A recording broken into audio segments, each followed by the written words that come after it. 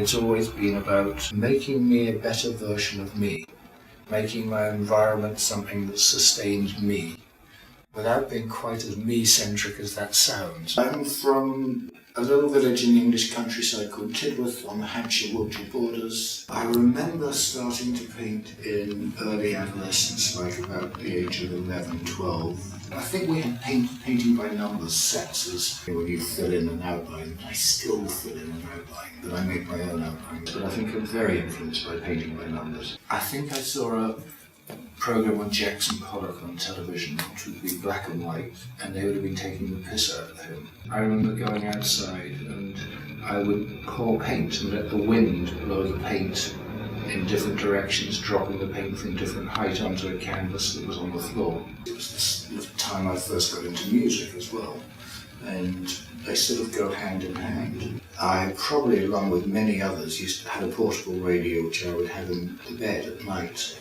and undercover would listen to something called Radio Luxembourg, which would play pop music.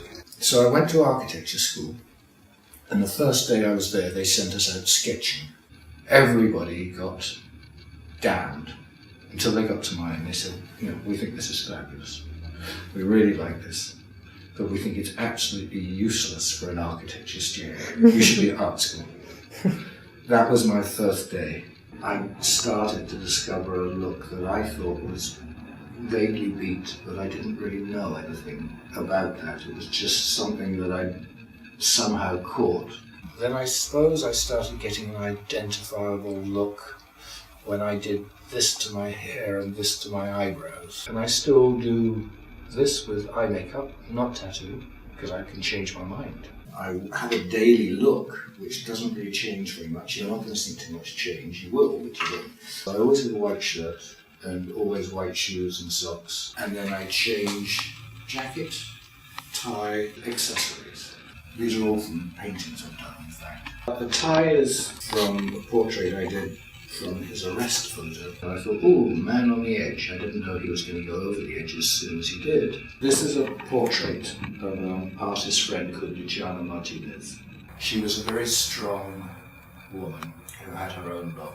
So she died unexpectedly, and she left me money in her will, and that's what I bought my first computer with. And the first thing I did on the computer, I had this picture that was a postcard that I'd been turning into a collage. Then I magnified the face close up, and it was the first time I did it, and I thought, shit, if I change the colour here, it looks Luciana. But then there were lots of people who were interesting. The unknown band that I was seeing every week was the Rolling Stones. I had no idea they were going to go on to be the Rolling Stones. I thought they were great. Then my flatmates had a band, and they used to rehearse at home. And I used to think, God, I wish they'd get some rhythm. And I put on some soul music as loud as I could. Get better rhythm, please. That was Pink Floyd. And I moved into this flat with Syd Barrett. At first he was very charming, he was very witty, he was very charismatic, he was very handsome, he was talented. It was a privilege to be around him. Then he got ultimately very withdrawn, very lost, very difficult to be around, very sad to be around, very uncomfortable to be around. I think when I moved in here, I was in a particularly good creative phase and he wasn't.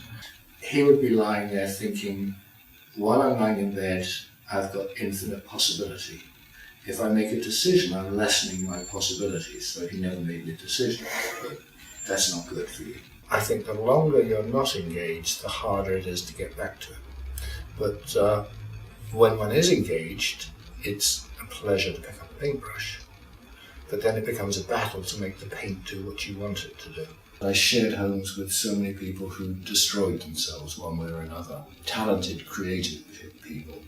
And I learnt to withdraw. I learnt to be part of, but not be part of.